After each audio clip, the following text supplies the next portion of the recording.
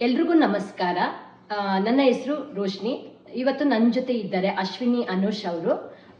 ಇವರು ಸಂಶೋಧನಾ ವಿದ್ಯಾರ್ಥಿ. ಇವತ್ತು ನಾವು ಮಾತಾಡ್ಲಿಕ್ಕಿರುವ ವಿಷಯ ಈಗಿನ ಜನರೇಷನ್ ಮತ್ತೆ ನಮ್ಮ ಜನರೇಷನ್ ಹೇಗೆ ಅಂತ, ಅಂದ್ರೆ 90s ಮತ್ತೆ ಈಗಿನ ಜೆನ್ಸಿಗಳು ಅಂತ ಹೇಳುವಂತದ್ದು. 1990s ಮತ್ತೆ ಈಗಿನ ಜನರೇಷನ್ಗೂ ಏನ್ ವ್ಯತ್ಯಾಸ ಇದೆ? ವ್ಯತ್ಯಾಸ ತುಂಬಾ ಉಂಟು. ಯಾವುದು ಅಂತ ಹೇಳಿದ್ರೆ, ಈಗ ಬೇರೆ ಬೇರೆ ವಿಷಯದಲ್ಲಿ ವ್ಯತ್ಯಾಸಗಳಾಗಿರ್ಬೋದು. ಈಗ ನಾವು ಸಾಮಾನ್ಯವಾಗಿ ಹೇಳುದು ಅಂತ ಹೇಳಿದ್ರೆ, ಈಗ ನಾನು 90 ಕಿಡ್ಸ್, ನೀವು ಕೂಡ 90s ಕಿಡ್ಡೆ. ಸೊ ನಾವೆಲ್ಲರೂ ಕೂಡ ಮಣ್ಣಲ್ಲಿ ಆಟ ಆಡಿದನ್ನ ನಾವು ಒಂದು ನಮ್ಮ ಮೆಮೊರೀಸ್ ಆಗಿರ್ಬೋದು, ಅಥವಾ ರಜೆ ಸಿಗುವಾಗ ನಾವು ಅಜ್ಜಿ ಮನೆಗೆ ಹೋಗಿ ಅಲ್ಲಿ ಆಟ ಆಡುದು, ಅಲ್ಲಿ ಒಂದಷ್ಟು ಕಸಿನ್ಸ್ ಗಳು ಬಂದು ಅಲ್ಲಿ ಆಟ ಆಡುವಂಥದ್ದು. ಮತ್ತೆ ಅದೇ ನಾನು ಆಗ್ಲೇ ಹೇಳಿದಾಗೆ ಮಣ್ಣಲ್ಲಿ ಆಟ ಆಡುದು, ಮರದಲ್ಲಿ ಒಂದು ಮನೆಯನ್ನ ಕಟ್ಟಿ ಆಟ ಆಡುವಂಥದ್ದು, ಆ ತರ ನಮಗೆ ಮೆಮೊರೀಸ್ಗಳು ತುಂಬಾ ಉಂಟು.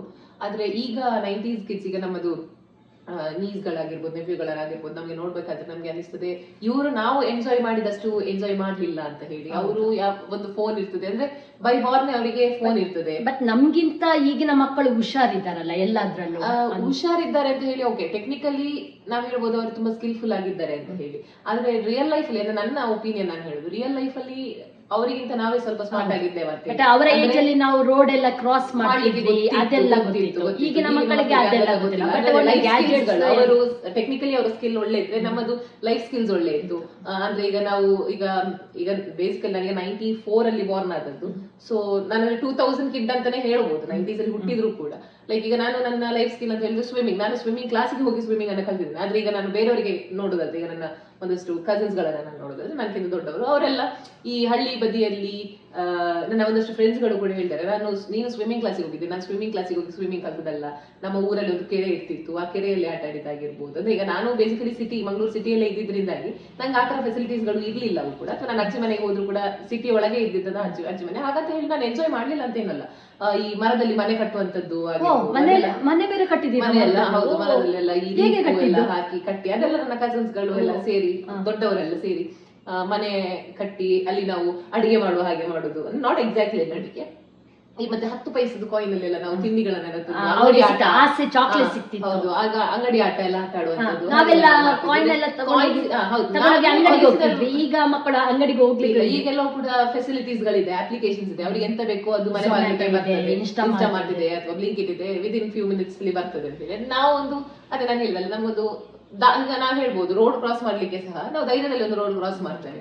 ಈಗ ಅವರ ಏಜ್ ಅಲ್ಲಿ ನಾವು ಇನ್ನೊಂದು ಹಾಗೆ ಅಂದ್ರೆ ಅವರು ಹೋಗ್ತೀವಂದ್ರು ನಾವು ಬಿಡುದಿಲ್ಲ. ಅದು ಮುಂಚೆ ಅವರು ನಮ್ಮನ್ನ ಹೀಗೆ ಬಿಡ್ತಾ ಇದ್ರು. ಮತ್ತೆ ಅದೇ ನಾವೀಗ ಸೋಷಿಯಲ್ ಮೀಡಿಯಾದಲ್ಲಿ ಕೂಡ ನೋಡ್ತೇವಲ್ವಾ, ಅಂದ್ರೆ ಮೊದ್ಲೆಲ್ಲ ಅಮ್ಮ ನಮ್ಮನ್ನ ಹುಡುಕಿಕೊಂಡು ಗ್ರೌಂಡಿಗೆ ಹುಡುಕಿಕೊಂಡು ಮನೆಯೊಳಗೆ ಬಾ ಅಂತ ಹೇಳಿ ಕರೀತಾರೆ. ಆದ್ರೆ ಈಗ ನಮ್ಮ ಮನೆಯವರ ಹೊತ್ತು ಹೋಗು ಮನೆ ಸ್ವಲ್ಪ ಹೊರಗೆ ಹೊತ್ತು ಎಷ್ಟು ಮೊಬೈಲ್ ನೋಡ್ತಿ ಅಂತ ಹೇಳಿ.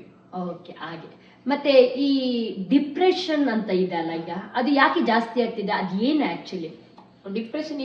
ಈಗ ಪುನಃ ಈಗ ನಾವು 90s ಕಿಡ್ಸ್ಗೆ ನಾವು ಕಂಪೇರ್ ಮಾಡಿದ್ರೆ ಡಿಪ್ರೆಷನ್ ಮೋಸ್ಟ್ಲಿ ನಮ್ಮಲ್ಲಿ ಕಮ್ಮಿ ಆಗ್ತದೆ. ನಮ್ಮಲ್ಲಿ ಡಿಪ್ರೆಷನ್ ಇರುವಂತದ್ದು ಕಡಿಮೆ. ಯಾಕಂತ ಹೇಳಿದ್ರೆ ನಮಗೆ ಒಂದು ಫ್ರೆಂಡ್ಸ್ ಸರ್ಕಲ್ ಜಾಸ್ತಿಯೇ ಉಂಟು. ಸೊ ನಾವು ಒಂದಷ್ಟು ಫ್ರೆಂಡ್ಸ್ ಗಳ ಹತ್ರ ಶೇರ್ ಮಾಡ್ತೇವೆ, ಒಂದಷ್ಟು ವಿಷಯಗಳನ್ನ ನಮ್ಗೆ ಏನಾದ್ರು ಹೇಳಲಿಕ್ಕೆ ಆಗುದಿಲ್ಲ ಅಂತ ಕಷ್ಟ ಇದ್ರೆ ನಾವೊಂದು ಶೇರ್ ಮಾಡ್ತೇವೆ. ಆದ್ರೆ ಈಗಿನ ಜೆನ್ಸಿಗಳು ಏನಿದೆ ಅಂತ ಹೇಳಿದ್ರೆ, ಅವರಾಯ್ತು ಅವರ ಮನೆ ಆಯ್ತು ಅಷ್ಟೇ. ಈವನ್ ಅವರ ನೇಬರ್ಸ್ ಅವರ ಹತ್ರ ಕೂಡ ಮಾತಾಡುವಂಥದ್ದು ಅಷ್ಟೇ ಇರುವಂತದ್ದು. ಈಗ ಬೀಯಿಂಗ್ ಅ ಟೀಚರ್ ನಾನು ಹೇಳ್ಬೇಕು ಅಂತ ಹೇಳಿದ್ರೆ, ಈಗ ಜೆನ್ಸಿಗಳು ನನ್ನ ಒಂದು ಹೆಚ್ಚಿನ ಸ್ಟೂಡೆಂಟ್ಸ್ಗಳು ನಂದು ಜೆನ್ಸಿಗಳು. ಯಾಕಂತ ಹೇಳಿದ್ರೆ ನಾನು ನನ್ನ ಕೆರಿಯರ್ ಶುರು ಮಾಡುವಾಗ ನನಗೆ 23-24 ವರ್ಷ. ಸೊ ಹಾಗಾಗಿ ನನ್ನ ಜೆನ್ಸಿಗಳು ಸ್ಟೂಡೆಂಟ್ಸ್ ಗಳು ಏನಿದ್ರು, ಸೊ ಅವರು ಕಾಲೇಜಲ್ಲಿ ಇರುವಾಗ ಮಾತ್ರ ಸ್ಟೂಡೆಂಟ್ಸ್ ಗಳಾಗಿರ್ತದೆ. ಹಾಗೆ ಅಂತ ಹೇಳಿ ಕೆಲವರು ಇದ್ದಾರೆ, ಆದ್ರೆ 90% ಸ್ಟೂಡೆಂಟ್ಸ್ ಹೇಗೆ ಅಂತ ಹೇಳಿದ್ರೆ, ಲೈಕ್ ಅವರು ಹೊರಗಡೆನೆ ಜಾಸ್ತಿ, ಅಂದ್ರೆ ಹೊರಗಡೆ ನಾವೀಗ ಸಿಕ್ಕಿದ್ರು ಕೂಡ ಗುರ್ತ ಇಲ್ಲದವರ ಹಾಗೆ ಮಾಡುವಂತದ್ದು, ಆ ತರದೆಲ್ಲ ನಾವು.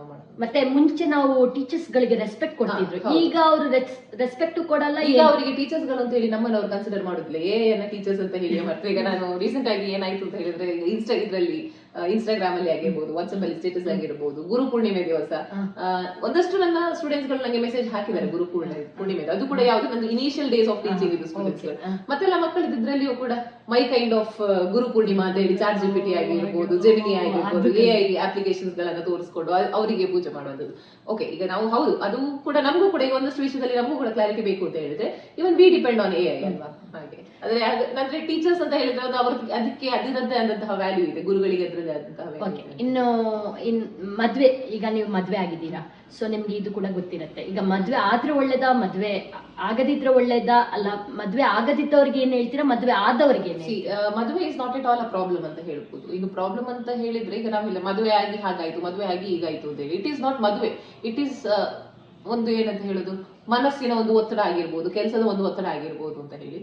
It is all about an individual. ಒಬ್ಬ ಇಂಡಿವಿಜುವಲ್ ಹೇಗಿರ್ತಾನೆ, ಅವನ ಸಿಚುವೇಶನ್ಸ್ ಅನ್ನ ಹೇಗೆ ಹ್ಯಾಂಡಲ್ ಮಾಡ್ತಾನೆ ಬೇಸ್ಡ್ ಆನ್ ಹಾಗೆ. ಈಗ ನಾನು ಹೇಳೋದಾದ್ರೂ ಕೂಡ ನಾನು 50% ನನಗೆ ನನ್ನ ಮದುವೆ ಆದ ನಂತರದಿಂದ ನನಗೆ ಒಳ್ಳೇದು ಕೂಡ ಆಗಿದೆ, 50% ಮದುವೆ ನಂತರ ಕೆಟ್ಟದ್ದು ಕೂಡ ಆಗಿದೆ ಅಂತ ಹೇಳಿದ್ರು. ಈಗ ನಾನು ಎಕ್ಸಾಂಪಲ್ ಆಗಿ ಹೇಳುದು ಅಂತ ಹೇಳಿದ್ರೆ 50% ಓಕೆ, ನನಗೆ ನನ್ನ ಸಪೋರ್ಟಿವ್ ನನಗೆ ಪಾರ್ಟ್ನರ್ ಸಿಕ್ಕಿದ್ದಾರೆ. ಸೊ ನೀವು ನನ್ನನ್ನು ಇಂಟ್ರೊಡ್ಯೂಸ್ ಮಾಡುವಾಗ PhD ಸ್ಕಾಲರ್ ಅಂತ ಹೇಳಿ ಏನ್ ಮಾಡಿದ್ರಿ. ಸೊ ಬೇಸಿಕಲಿ ನಾನು ಟೀಚಿಂಗ್ ಫೀಲ್ಡ್ ಅಲ್ಲಿ ಇರೋದ್ರಿಂದಾಗಿ ನನಗೆ PhD ಮಾಡ್ಲಿಕ್ಕೆ ಅನಿವಾರ್ಯವಾಗಿತ್ತು. ಅದು ನನಗೆ PhD ಮಾಡ್ಲಿಕ್ಕೆ ಬೇಡ ಇತ್ತು. ಸೊ ನಾನು ನನ್ನ ಪಾರ್ಟ್ನರ್ ಹತ್ರ ಏನ್ ಹೇಳಿದೆ ಅಂತ ಹೇಳಿದ್ರೆ, ನಾನು ಇಲ್ಲ PhD ಮಾಡುದಿಲ್ಲ, ನಾನು ಬೇರೆ ಕಡೆಗೆ ಹೋಗ್ತೇನೆ. ಅಂದ್ರೆ ನನ್ನ ಮೀಡಿಯಾ ಫೀಲ್ಡ್ ಆಗಿರೋದ್ರಿಂದಾಗಿ, ನಾನು ಮಾಸ್ ಕಮ್ಯುನಿಕೇಶನ್ ಅಂಡ್ ಜರ್ನಲಿಸಂ ಅಲ್ಲಿ ಪೋಸ್ಟ್ ಗ್ರಾಜುಯೇಷನ್ ಮಾಡಿದ್ರಿಂದಾಗಿ PhD ಮ್ಯಾಂಡೇಟರಿ ಬೇಕು ಅಂತ ಹೇಳಿ ಆದ್ರೆ ಬೇಡ, ನಾನು ಬೇರೆ ಫೀಲ್ಡಿಗೆ ಹೋಗ್ತೇನೆ, ಲೈಕ್ ನಾನು ಮೀಡಿಯಾಕ್ಕೆ ಹೋಗ್ತೇನೆ, ಇಂಡಸ್ಟ್ರಿಗೆ ಹೋಗ್ತೇನೆ ಅಂತ ಹೇಳಿದೆ. ಬಟ್ ಅವರು ಇಲ್ಲ ನೀನ್ PhD ಮಾಡು ಅಂತ ಹೇಳಿ, ಹಾಗಂತ ಹೇಳಿ ಅವರು ಫೋರ್ಸ್ ಮಾಡಿದ್ದು ಅಲ್ಲ, ನನಗೆ ಮೋಟಿವೇಟೆಡ್ ಆಗಿ ಅವ್ರು ಹೇಳಿದ್ರು, ಟೀಚಿಂಗ್ ಫೀಲ್ಡ್ ಅಲ್ಲಿ ಇದೆಯಾ, ಹೇಗೂ ನಿಂದು assistant professor examination Karnataka level ಇತ್ತು, ನಂದು ಕ್ಲಿಯರ್ ಆಗಿತ್ತು KCET ಅಂತ ಹೇಳಿ, why can't you try for this ಅಂತ ಹೇಳಿ PhD ಗೆ ತುಂಬಾ ಪುಷ್ ಮಾಡಿದ್ದು ಅವರೇ. ಎಲ್ಲಿವರೆಗೆ ಅಂತ ಹೇಳಿದ್ರೆ, ನಾನು ಇನಿಷಿಯಲ್ ಡೇಸ್ ಅಲ್ಲಿ ನಾನು ಗೆಸ್ಟ್ ಫ್ಯಾಕಲ್ಟಿ ಆಗಿ ವರ್ಕ್ ಮಾಡ್ತಾ ಇರ್ಬೇಕಾದ್ರೆ ಸ್ಯಾಲರಿ ಸಿಗ್ತಾ ಇರಲಿಲ್ಲ ರಜೆ ಟೈಮಲ್ಲಿ. ಆ ಟೈಮಲ್ಲಿ ನನಗೆ ಏನು ಫೀಸ್ ಕಟ್ಟುವ ವಿಚಾರದಲ್ಲಿ ಆಗಿರ್ಬೋದು, ಅಥವಾ ನಂದು PhD ಮಾಡ್ತಾ ಇರುವಂತದ್ದು ನಾನು ಶಿವಮೊಗ್ಗದಲ್ಲಿ, ಅಲ್ಲಿಗೆ ಹೋಗ್ಲಿಕ್ಕೆ ಏನು ಕೆಲವೊಮ್ಮೆ ನಾನು ನನ್ನ ಒಬ್ರು ಮೇಡಮ್ ಇದ್ರು ಭವ್ಯ ಶೆಟ್ಟಿ ಅಂತ ಹೇಳಿ, ಅವ್ರ ಜೊತೆ ಹೋಗ್ತಾ ಇದ್ದೆ ನಾನು. ಸೊ ಕೆಲವೊಂದು ಟೈಮಲ್ಲಿ ಅವರಿಗೆ ಬರ್ಲಿಕ್ಕೆ ಆಗದೆ ಇದ್ದಂತಹ ದಿನಗಳಲ್ಲಿ ನನ್ನ ಪಾರ್ಟ್ನರ್ ನನ್ನನ್ನ ಕರ್ಕೊಂಡು ಹೋಗಿ ಎಲ್ಲ ಬರ್ತಾ ಇದ್ರು. ಅದಕ್ಕೆ ಫಿನಾನ್ಷಿಯಲಿ ಕೂಡ ಅವರು ಸಪೋರ್ಟ್ ಮಾಡ್ತಾ ಇದ್ರು. ಇದು ಒಂದು ವಿಷಯ ಅಂತ ಹೇಳಿದ್ರೆ, ಅಂದ್ರೆ 50% ನಾನು ಪ್ಲಸ್ ಪಾಯಿಂಟ್ ಮದುವೆ ಆದ ನಂತರ ಅಂತದ್ದು ಅಂದ್ರೆ ಸಪೋರ್ಟಿವ್ ಆಗಿರುವಂತದ್ದು. ಮೈನಸ್ ಎಸ್ಪೆಷಲಿ ಹೇಳುವಂತದ್ದು, ಬಿಫೋರ್ ಮ್ಯಾರೇಜ್ ನನಗೆ ನನ್ನದೇ ಆದಂತಹ ಕಮಿಟ್ಮೆಂಟ್ಗಳು ಇರ್ಲಿಲ್ಲ ಇನ್ ದ ಸೆನ್ಸ್ ಹಾಗೆಲ್ಲ. ಈಗ ಅಪ್ಪ ಅಮ್ಮನೊಟ್ಟಿಗೆ ಇರ್ಬೇಕಾದ್ರೆ ದಿನ ಹೇಗೂ ಹೋಗ್ತಾ ಇತ್ತು. ಓಕೆ, ಸೊ ನನಗೆ ಎಂತ ಬೇಕಾದನ್ನು ನಾನು ತಗೊಳ್ತಾ ಇದ್ದೆ. ಓಕೆ, ನನ್ನ ಪೂರ್ತಿ 40,000 ಸಂಬಳ ನಾನು ನನ್ನ ಯೂಸಿಗೆ ಯೂಸ್ ಮಾಡ್ತಾ ಇದ್ದೆ ಅಂತ ಹೇಳಿ. ಮದುವೆ ಆದ ನಂತರ ಹಾಗೆಲ್ಲ, ಮದುವೆ ಆದ ನಂತರ ಅಂತ ಹೇಳಿದ್ರೆ you will build one family. Okay, so ಅಲ್ಲಿ ಯಾವ ತರ ಅಂತ ಹೇಳಿದ್ರೆ, ಕೆಲವೊಂದು ಕಷ್ಟ ಸುಖದಲ್ಲಿ ನಾವು ಗಂಡನಿಗೆ ಒಂದಷ್ಟು ಶೇರ್, ಅಥವಾ ಹೆಂಡತಿ ಅವ್ರ ಹತ್ರ ಹಣ ಇಲ್ಲದ ಟೈಮಲ್ಲಿ ನಾನು ಹಣ ಕೊಡುವುದು, ಅಥವಾ ನನಗೀಗ ನಾನು ಆಗ್ಲೇ ಹೇಳಿದೆ ಫೀಸ್ ಕಟ್ಟಲಿಕ್ಕೆ ನನಗೆ ದುಡ್ಡು ಇರ್ತಿರ್ಲಿಲ್ಲ, ಯಾವಾಗ ನನಗೆ ಕೆಲಸ ಇಲ್ಲದ ಟೈಮಲ್ಲಿ, ಆ ಟೈಮಲ್ಲಿ ಅವರು ನನ್ನ ಫೀಸ್ ಫಿನಾನ್ಷಿಯಲಿ ಏನಾಗ್ತಾ ಇದೆ ನಮಗೆ ಸೇವ್ ಮಾಡ್ಲಿಕ್ಕೆ ಸ್ವಲ್ಪ ಕಷ್ಟ ಆಗ್ತದೆ ಅಂತ ಹೇಳಿ. ಅಥವಾ ಒಂದು ಫ್ಯಾಮಿಲಿ ರಿಲೇಟಿವ್ಸ್ ಫಂಕ್ಷನ್ಸ್ ಗಳೆಲ್ಲ ಇದ್ರೆ, ಲೈಕ್ ಈಗ ಅಣ್ಣ ತಮ್ಮಂದ್ರ ಮದುವೆ ಇರ್ಬೇಕಾದ್ರೆ, ಸೊ ಆ ಟೈಮಲ್ಲಿ ನಾವು ಚಿನ್ನ ಕೊಡುವಂತದ್ದಾಗಿರ್ಬೋದು, ಅಥವಾ ಅವರಿಗೊಂದು ಯಾವುದೇ ರೀತಿಯಾದಂತಹ ಒಂದು ಪ್ರೆಸೆಂಟೇಷನ್ ಕೊಡುವಂತದ್ದಾಗಿರ್ಬೋದು, ಅಥವಾ ಅವ್ರಿಗೊಂದು ಮುಯಿ ದುಡ್ಡು ಕೊಡುವಂತದ್ದಾಗಿರ್ಬೋದು. ಸೊ ಅದೆಲ್ಲವೂ ಕೂಡ ಕಮಿಟ್ಮೆಂಟ್ಸ್ ಗಳು. ಅಂದ್ರೆ ಈಗ ಸೊಸೈಟಿಯಲ್ಲಿಯೂ ಕೂಡ ಅವನ ಎಂತ ಸಹ ಕೊಡ್ಲಿಲ್ಲ ಮಾರೆ ಅಂತ ಹೇಳ್ತಾರೆ, ಆ ತರದೆಲ್ಲ. ಮತ್ತೆ ಒಂದಷ್ಟು ಈಗ ಆನೆಸ್ಟ್ಲಿ ನಾನು ಹೇಳ್ಬೇಕಂತ ಹೇಳಿದ್ರೆ, ನನ್ನ ಮದುವೆದು ಖರ್ಚು ತುಂಬಾ ಕಮ್ಮಿಯಲ್ಲಿ ಆಗಿದೆ. ಆಲ್ಮೋಸ್ಟ್ 200 ಜನರಿಗೆ, ಅದೇ ನಂಬರ್ ಆಫ್ ಪರಿಚಯ ಸುಮಾರಿದೆ. ಸೊ ಒಂದಷ್ಟು ನೆಗೆಟಿವ್ ಕಮೆಂಟ್ಸ್ ಗಳು ಕೂಡ ಬಂದ, ಅವರೆಂತ ಮದುವೆಗೆ ಕರೀಲಿಲ್ಲ ನಮ್ಮನ್ನು, ಆ ತರದೆಲ್ಲವೂ ಕೂಡ. ಬಟ್ ನಾವೆಲ್ಲರಿಗೂ ಕೂಡ ಎಲ್ರಿಗೂ ಕೂಡ ಆನ್ಸರ್ ಕೊಡ್ಲಿಕ್ಕೆ ಆಗುದಿಲ್ಲ. At the end of the day husband and wife ಹೇಗಿದ್ದಾರೆ ಅಂತ ಹೇಳಿ ಯಾರು ಕೂಡ ಕೇಳುದಿಲ್ಲ. ಓಕೆ, ಮದುವೆಗೆ ಬರ್ತಾರೆ, ಊಟ ಮಾಡ್ತಾರೆ, ಹೋಗ್ತಾರೆ. ಅದ್ರಲ್ಲೂ ಕೂಡ ಒಂದಷ್ಟು ಕುಂಕುಮಾತುಗಳನ್ನು ಕೂಡ ಆಡ್ತಾರೆ. ಅವರೊಂದು ಸಿಂಪಲ್ ಏನಂದ್ರೆ ಪ್ರಾಬ್ಲಮ್ಸ್ ಇರ್ಬೇಕಾದ್ರೆ ಅವ್ರು ಬರೋದಿಲ್ಲ. ನಮ್ಮ ತಲೆ ಮೇಲೆ ನಮ್ಮ ಕೈಯೇ ಇರ್ತದೆ. ಸೊ ನೋಬಡಿ, ಯಾರು ಕೂಡ ಕೇಳುದಿಲ್ಲ ಏನು ಅಂತ ಹೇಳಿದ್ರೆ, ನೀವು ಹೇಗಿದ್ದೀರಾ, ನಿಮ್ಮ ಫ್ಯಾಮಿಲಿ ಹೇಗಿದೆ, ಓಕೆ, ಆ ತರದೆಲ್ಲ ಇರ್ತದೆ. ಮತ್ತೆ ನೀವು ಮದುವೆ ಗ್ರ್ಯಾಂಡ್ ಆಗಿ ಮಾಡಿದ್ರು ಅವ್ರಿಗೆ 1 year 6 months ನೆನಪಿರುತ್ತೆ. ಮತ್ತೆ ಯಾರು ಇರ್ತದೆ ಏನಂತ ಹೇಳಿದ್ರೆ, ಈಗ ಗ್ರ್ಯಾಂಡ್ ಆಗಿ ನೀವು ಮದುವೆ ಮಾಡಿ ಅಥವಾ ಸಿಂಪಲ್ ಆಗಿ ಮದುವೆ ಮಾಡಿ, ಜನರು ಹೇಳ್ತಾ ಇರ್ತಾರೆ. ಅದಕ್ಕೆಲ್ಲವೂ ಕೂಡ ನಾವು ಕೇಳ್ಕೊಳ್ಳಿ. ಒಂದು ಮದ್ವೆ ಮಾರ್ರೆ ಕಾಸುಂಡು ಬಂದ್ ಮದ್ವೆ, ಇಲ್ಲದಿದ್ರೆ ಒಂದು ಅವನೊಂದು ಮನುಷ್ಯರಿಗೆ ನೆಗೆಟಿವ್ ಪಾಸಿಟಿವ್ ಏನಾದ್ರು ಮಾತಾಡ್ಲೇಬೇಕು. ಆಯ್ತು, ಅವನ ಹತ್ರ ಎಲ್ಲಿಂದ ದುಡ್ಡು, ಅವ ಸಾಲ ಮಾಡಿದ್ದು. ಓಕೆ, ಸಾಲ ಮಾಡಿಯ ಅಥವಾ ಸೋಲ ಮಾಡಿಯ ಏನಾದ್ರು ಮಾಡಿದಾನೆ ಅವನು, ಅಥವಾ ಕರೆಯುವುದೇ ಬೇಡ ಅಂತದ್ರಕ್ಕೆ. ಇಲ್ಲಾಂದ್ರೆ ಈಗ ಇರುತ್ತೆ, ಹುಡುಗ ಒಳ್ಳೆ ಚಂದ ಕಾಣ್ತಾ ಇಲ್ಲ, ಹುಡುಗಿ ಇವರದ್ದು ಮದ್ವೆಗೆ ಇವರು ಹೆಲ್ಪ್ ಮಾಡಿದ್ರು, ಇವರು ಇಷ್ಟು ಹಣ ಕೊಟ್ರಂತೆ, ಅಪ್ಪ ಅಮ್ಮನ ಹಣದಲ್ಲಿ ಮದುವೆ ಆದದಲ್ಲ ಅಂತೆ, ಆ ತರದೆಲ್ಲ ಮಾತುಗಳು ಕೇಳಿ ಬರ್ತದೆ. ಸೊ ಮದುವೆ ಇಸ್ ನಾಟ್ ಅ ಪ್ರಾಬ್ಲಮ್, ಆಯ್ತಾ. ಸೊ ಅದೇ it is all about individual. ನಾನು ಹೇಗಿದ್ದೇನೆ ಅಥವಾ ನನ್ನ ಪಾರ್ಟ್ನರ್ ಹೇಗಿದ್ದಾನೆ ಅದ್ರ ಮೇಲೆ ಡಿಪೆಂಡ್ ಆಗಿರುವಂತದ್ದು. ಮತ್ತೆ ಇಬ್ಬರ ಸಂಬಂಧ ಹೇಗಿರ್ಬೇಕು, ಇಬ್ಬರ ಸಂಬಂಧ ಹೇಗಿರ್ಬೇಕು ಅಂತ ಹೇಳಿದ್ರೆ, ಸೊ ನಾವ್ ಹೇಳ್ತೇವೆ ಅನ್ಯೋನ್ಯವಾಗಿರ್ಬೇಕು, ಒಬ್ರಿಗೊಬ್ರು ನಾವು ಅರ್ಥ ಮಾಡ್ಕೊಳ್ಬೇಕು ಅಂತ ಹೇಳಿ. ಮೊದಲಿನ ಕಾಲದಲ್ಲಿ ಒಂದು ಮಾತಿತ್ತು. ಓಕೆ, ಏನು ಅಂತ ಹೇಳಿದ್ರೆ, ಈ ಗಂಡನ ಸ್ಯಾಲ್ರಿ ಎಷ್ಟು ಅಂತ ಕೇಳಬಾರ್ದಂತೆ, ಗಂಡಸಿನ ಸಂಬಳ ಎಷ್ಟು ಅಂತ ಹೇಳಿ ಕೇಳಬಾರ್ದಂತೆ, ಹೆಂಡತಿಯ ಅಥವಾ ಹೆಣ್ಣಿನ ಏಜ್ ಎಷ್ಟು ಅಂತ ಹೇಳಿ ಕೇಳಬಾರ್ದಿತ್ತು. ಈಗ ಎಲ್ಲ ಉಲ್ಟಾ ಆಗಿದೆ. ಈಗ ಉಲ್ಟಾ ಆಗಿರೋದಕ್ಕಿಂತ ಹೆಚ್ಚಾಗಿ ದೊಡ್ಡ ಪ್ರಾಯದವರು ಹೆಣ್ಣಿನವರು ಹೆಣ್ಣು ಚಿಕ್ಕ ಪ್ರಾಯದವ್ರ ಮದುವೆ ಆಗೋದು ಕೂಡ ಉಂಟು. ಬಟ್ ಅಪಾರ್ಟ್ ಫ್ರಮ್ ದಟ್, ಈಗ ಸ್ಯಾಲರಿ ವಿಷಯಕ್ಕೆ ನಾನು ಬರುವಂತದ್ದು ಅಂತ ಹೇಳಿದ್ರೆ, ಹೆಂಡತಿಗೆ ಗೊತ್ತಿರ್ಬೇಕು ನನ್ನ ಗಂಡನಿಗೆ ಎಷ್ಟು ಸಂಬಳ ಉಂಟು ಅಂತ ಹೇಳಿ. ನಾಳೆ ಅವನು ಜೀವನವನ್ನ ಸಾಗಿಸ್ಲಿಕ್ಕೆ ಆಗ್ತದ ಇಲ್ವಾ, ಮಕ್ಕಳಾದ್ಮೇಲೆ ಆ ತರದ್ದೆಲ್ಲ ಖರ್ಚು. ಸೊ ಈಗ ನಾವು ಹೇಳ್ಬೋದು, ಒಂದು ಹುಡುಗ ಹುಡುಗಿ ಇಬ್ಬರದು ಕೂಡ CIBIL score is very important ಆಯ್ತಾ. ಸಿಬಿಲ್ ಸ್ಕೋರ್ ಲೋನಿಗೋಸ್ಕರ ಆಗಿರ್ಲಿ, ನಾಟ್ ಓನ್ಲಿ ಲೋನ್ ಅಂತ ಹೇಳಿ. ಈಗ ಫಾರ್ ಎಕ್ಸಾಂಪಲ್ ಬೇಡ, ಈಗ ನನ್ನ ಪಾರ್ಟ್ನರ್ ಇಂಡಿಯಾದಲ್ಲಿ ಇಲ್ಲ, ಬೇರೆ ಕಂಟ್ರಿಯಲ್ಲಿ ಇರುವಂತದ್ದು. ಸೊ ಆ ಟೈಮಲ್ಲಿ ನನಗೆ ಒಂದು ಏನು ಮನೆ ಬೇಕಿತ್ತು. ಓಕೆ, ಸೊ ನಾನು ಇದು ಯಾವುದು ಹೋಮ್ ಲೋನಿಗೆ ಅಂತ ಹೇಳಿ ಒಂದು ಬ್ಯಾಂಕಿಗೆ ಹೋಗ್ತೇನೆ. ಬ್ಯಾಂಕಿಗೆ ಹೋದಾಗ ಅವರಲ್ಲಿ ಹೇಳಿರುವಂತದ್ದು, ನಿಮ್ಮ ಹಸ್ಬೆಂಡ್ ಇದು ಸಿಗ್ನೇಚರ್ ಬೇಕು ಅದಕ್ಕೆ ಅಂತ ಹೇಳಿ. ಸೊ ಅದಕ್ಕೆ ನಾನು ಹೇಳಿದೆ, ಇಲ್ಲ ನನ್ನ ಹಸ್ಬೆಂಡ್ ಔಟ್ ಆಫ್ ಕಂಟ್ರಿಯಲ್ಲಿ ಇದ್ದಾರೆ, ಸೊ ನನಗೆ ನನ್ನ ಹೆಸರಿಗೆ ನಾನು ಮಾಡುದು. ಬಿಕಾಸ್ ನಾನು ಹೇಳಿದ್ದು ನಾನೇ ಪೇ ಮಾಡ್ತೇನೆ, ನನಗೆ ನನ್ನ ಗಂಡನ ಹಣದಲ್ಲಿ ಬೇಡ, ನಾನೇ ಪೇ ಮಾಡ್ತೇನೆ, ನಾನೇ ಡೌನ್ ಪೇಮೆಂಟ್ ಹಾಕ್ತೇನೆ, ನಾನೇ ಪೇ ಮಾಡ್ತೇನೆ, ನಾನೇ ಇದು ಮಾಡ್ತೇನೆ. ಇಲ್ಲ ಮೇಡಮ್, ಅದು ನೀವು ಪೇ ಮಾಡೋದಾದ್ರೂ ಕೂಡ ಅದು ನಿಮ್ಗೆ ಲೋನ್ ಕೊಡುವಂತದ್ದು ನಾವು ಗಂಡ ಹೆಂಡತಿ ಇಬ್ಬರ ಜಾಯಿಂಟ್ ಅಕೌಂಟ್ ಅಲ್ಲಿ ಅಂತ ಹೇಳಿ. ಸೊ ಹಾಗಾಗಿ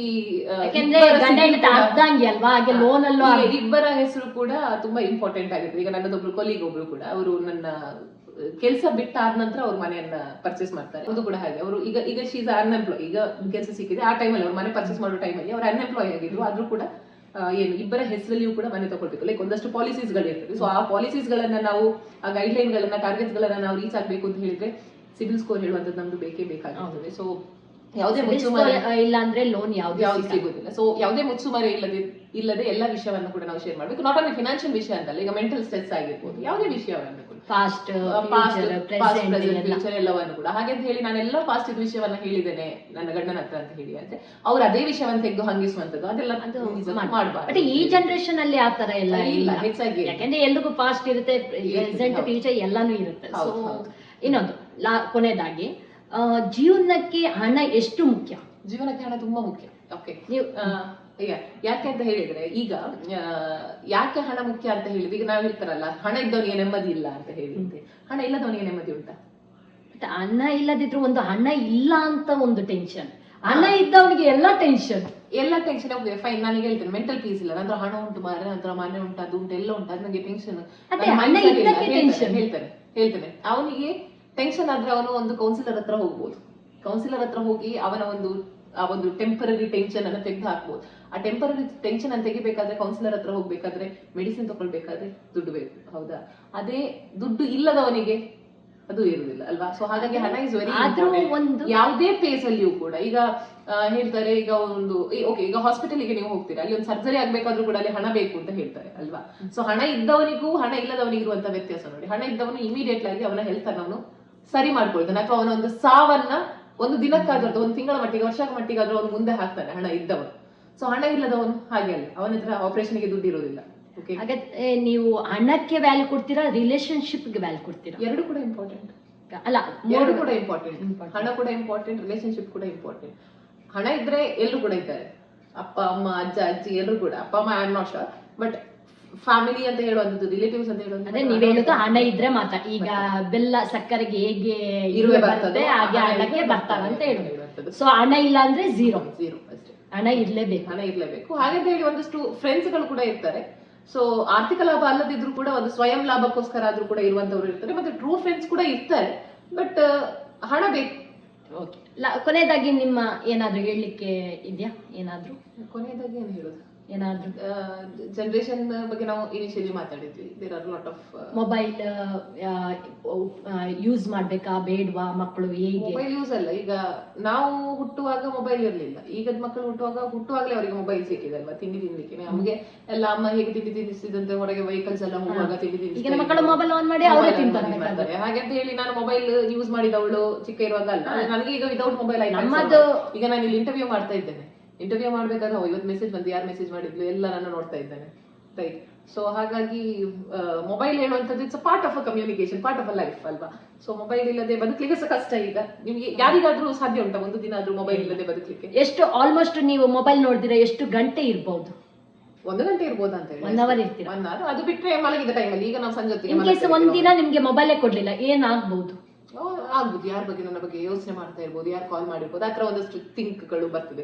ಬೇಡ ಈಗ ನನ್ನ ಫೋನ್ ಸರಿ ಇಲ್ಲ ಅಥವಾ ಫೋನಲ್ಲಿ ಚಾರ್ಜ್ ಇಲ್ಲ, ನಾನು ಹೊರಗೆ ಹಿಡ್ದಾಗೆ ಅಂತಲ್ಲ, ನಾರ್ಮಲ್ ಈಗ ಫೋನ್ ಚಾರ್ಜ್ ಇಲ್ಲ ಫೋನಲ್ಲಿ, ನಾನು ಎಲ್ಲೇ ಹೋಗಿರ್ತೇನೆ, ರಿಟರ್ನ್ ಬರುವಾಗ ಒಂದು ಅದೇ ನೀವು ಫೋನ್ ಕನೆಕ್ಟ್ ಮಾಡಿ, ಆಗ ನೀವು ಒಂದಷ್ಟು ನೋಟಿಫಿಕೇಶನ್ ಬೆಳಿಗ್ಗೆ ಶುರು ಆಗ್ತದೆ, ಇವರು ಹೀಗೆ ಕಾಲ್ ಮಾಡಿದ್ರು, ಯಾಕೋಸ್ಕರ ಇವರು ಕಾಲ್ ಮಾಡಿರ್ತಾರೆ ಅಂತ ಹೇಳುವಂಥದ್ದು. ಈಗ ನನ್ನ ಕೊಲಿಗ್ ನಂಗೆ ಕಾಲ್ ಮಾಡಿರ್ತಾರೆ, ನಾಳೆ ಅವ್ರು ಸಿಗ್ತಾರೆ, ಆದ್ರೆ ನಾಳೆ ತನಕ ವೇಟ್ ಮಾಡ್ಲಿಕ್ಕೆ ಏನಾದ್ರೂ ಒಂದು ಮನಸ್ಸಿಗೆ ಬಂತು ಅಂದ್ರೆ ಇಮಿಡಿಯೇಟ್ ಆಗಿ ಹೇಳ್ಬೇಕಾಗ್ತದೆ. ಮುಂಚೆ ನಾವು ಹೇಳುದಾದ್ರು ಕೂಡ ಈಗ ಮುಂಚೆ ಈಗ ಏನಾದ್ರು ಇನ್ಫಾರ್ಮೇಶನ್ ಅನ್ನ ಏನಾದ್ರು ಶೇರ್ ಮಾಡ್ಬೇಕು ಅಂತ ಹೇಳಿದ್ರು ಕೂಡ ನಾವು ನೆಕ್ಸ್ಟ್ ಡೇ ತನಕ ಕಾಯ್ತಾ ಇದ್ವಿ. ಸ್ಕೂಲ್ಗೆ ಹೋಗಿ ಫ್ರೆಂಡ್ಸ್ ಮೀಟ್ ಮಾಡ್ಬೇಕಾದ್ರೆ ನಾವು ಈಗ ಇಮಿಡಿಯೇಟ್ ಮನೆಗೆ ಬರ್ತಾರೆ ಮಕ್ಕಳು, ಫೋನ್ ಅಲ್ಲಿ ಕಾಲ್ ಮಾಡಿ ಮಾತಾಡ್ತಾರೆ. ಸೊ ಅದಕ್ಕೋಸ್ಕರ ಹೊರಬೇಡ, ಈಗ ನಾನೇ ಆಗಿರ್ಬೋದು, ಈಗ ನನ್ನ ಫ್ರೆಂಡ್ ನನಗೆ ಡೈಲಿ ಸಿಗ್ತಾರೆ, ಫ್ರೆಂಡ್ ಇನ್ ದ ಸೆನ್ಸ್ ನನ್ನ ಡೈಲಿ ನಂಗೆ ಕಾಲೇಜಲ್ಲಿ ಸಿಗ್ತಾರೆ, ಅಥವಾ ಎಲ್ಲಿ ಮನೆಗೆ ಬಂದ ಕೂಡಲೇ ಕಾಲ್ ಮಾಡಿ ಎಂತ ಮಾಡ್ತಿದ್ಯಾ, ಏನ್ ಮಾಡ್ತಿದ್ಯಾ ಅಂತ ಹೇಳಿ ವಿಚಾರಿಸುವಂಥದ್ದು. ಹಾಗೆ ಮಾಡೋದ್ರಿಂದನೇ ಈಗ ರಿಲೇಶನ್ಶಿಪ್ ಎಲ್ಲ ಸ್ವಲ್ಪ ಇದಾಗಿರೋದು. ಮುಂಚೆ ಎಲ್ಲ ಲೆಟರ್ ಇದು ವಿಷಯ ಐ ಡು ರಿಮೆಂಬರ್, ನಮಗೆ ಸ್ಕೂಲಲ್ಲಿ ಇರುವಾಗ ಲೆಟರ್ ಏನು ಅಣ್ಣನಿಗೆ ಒಂದು ಪತ್ರವ ಯಾವ್ದೊಂದು ಇತ್ತು, ಸೊ ಅದಾಗ how to write a letter ಇದೆ. ನಾನು ನನ್ನ ಆಂಟಿಗೆ ಡೈಲಿ ಲೆಟರ್ ಬರೀತಾ ಇದ್ದೆ, ತಿಂಗಳಿಗೆ ಒಂದು ಲೆಟರ್ ಬರೀ, ಅದ್ರಲ್ಲಿ ಫೀಲಿಂಗ್ಸ್ ಗೊತ್ತಾಗ್ತಿತ್ತು. ಈಗ ವಾಟ್ಸ್ಆಪ್ ಅಲ್ಲಿ ಮೆಸೇಜ್, ವಾಟ್ಸ್ಆಪ್ ಡೈರೆಕ್ಟ್ ಆಗಿ ನಾವು ಕೊಡ್ತೇವೆ ಈಗ ಮೆಸೇಜ್ ಆಯ್ತು ಏನಾದ್ರು ಬೇಕಂದ್ರೆ. ನಂಗೆ ಈಗ ನೆನಪುಂಟು, ನಂಗೆ ಕನ್ನಡದಲ್ಲಿ ಅದು ಅಣ್ಣನಿಗೆ ಒಂದು ಪತ್ರ ಏನಾಯ್ತಲ್ಲ, ಅದರಲ್ಲಿ ಸ್ಟಾರ್ಟಿಂಗ್ ಅಲ್ಲಿ ಇದ್ದಾರೆ ಎಂತ ಮಾತೃ ರೂಪದ ಚಿಕ್ಕಮ್ಮನವರಿಗೆ ಬರೆಯುವ ಪತ್ರ, ನಾವು ಇಲ್ಲಿ ಕ್ಷೇಮವಾಗಿದ್ದೇವೆ, ನೀವು ಕೂಡ ಅಲ್ಲಿ ಕ್ಷೇಮವಾಗಿದ್ದೇವಾ ಎಂದು ಭಾವಿಸುತ್ತೇವೆ, ಆ ತರ ಒಂದು ಸೆಂಟೆನ್ಸ್ ಅನ್ನ ಹಾಗೆ ಅಲ್ಲ. ಈಗ ಒಂದು ಯಾವುದೇ ರೀತಿಯಾದಂತಹ ಒಂದು ಗೌರವ ಇಲ್ಲ, ಡೈರೆಕ್ಟ್ ಆಗಿ ಯಾವುದೇ ಒಂದು ತಲೆ ಕೂಡ ಇಲ್ಲ ಅದಕ್ಕೆ, ಡೈರೆಕ್ಟ್. ಮತ್ತೆ ರಜೆಯಲ್ಲಿ ನಾವು ಎಲ್ಲಾದ್ರೂ ಅಜ್ಜಿ ಮನೆಗೆ ಹೋದ್ರೆ ಬಂದು ಬರೀಲಿಕ್ಕಿತ್ತಲ್ಲ ಅಜ್ಜಿ ಮನೆಗೆ, ರಜೆಯ ಏನೆಲ್ಲ ಮಾಡಿದ್ವಿ.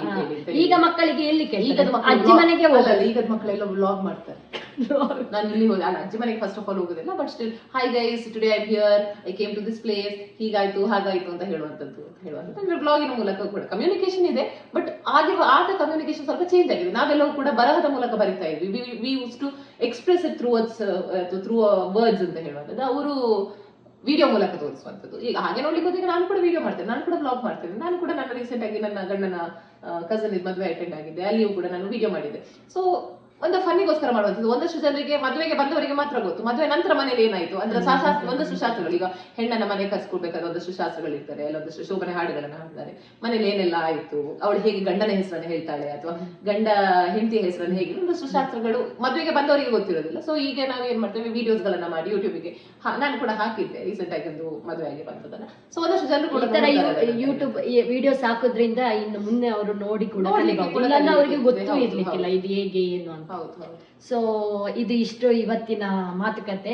ಇನ್ನು ಮುಂದಿನ ಮಾತುಕತೆ ನೆಕ್ಸ್ಟ್ ಬ್ಲಾಗ್ ಇಲ್ಲಾಂದ್ರೆ ವಿಡಿಯೋದಲ್ಲಿ ಮುಂದುವರಿಸೋಣ. Thank you.